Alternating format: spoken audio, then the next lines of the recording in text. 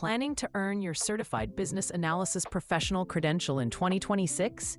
This guide breaks down everything you need to know. A Certified Business Analysis Professional, or CBAP, is IIB's senior-level credential. It signals to employers that you can lead analysis on complex programs and have mastered the BABAC guide. Unlike the entry-level ECBA or mid-career CCBA, CBAP focuses on applying knowledge to difficult scenarios. It's often preferred or required for senior business analyst, lead, and manager roles, particularly in regulated industries like finance and healthcare. While salary varies, certified professionals often see higher earning potential, making CBAP a valuable investment for career advancement. Before you apply, you must meet strict eligibility criteria. The core requirement is 7,500 hours of business analysis work experience completed in the last 10 years, which is roughly 4 full years of dedicated BA work. Beyond the total, you must also document a minimum of 900 hours in at least 4 of the 6 BABAC knowledge areas. Additionally, you'll need 35 hours of professional development from the last 4 years and 2 professional references. Carefully calculating your hours is the essential first step. The application process is managed through the IIBA portal. First, create your profile and begin logging your work experience and professional development hours in the BA development log. Be specific, tie every hour to a BABAC task. Once your logs are complete, you'll provide your references, sign the code of conduct, and pay the non-refundable $145 application fee. A key tip: select the member rate for the exam fee itself.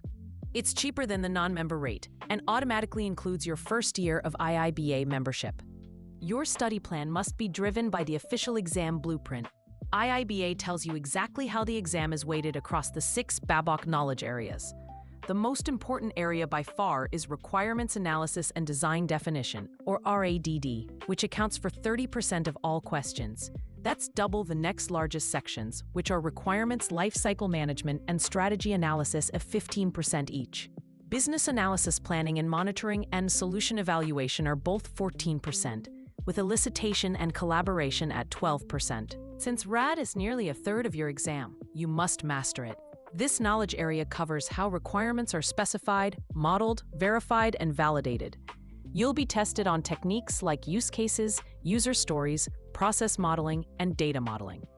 A common exam topic is the difference between verification and validation. Verification asks, are we building the requirements right? Checking for quality and clarity. Validation asks, are we building the right requirements?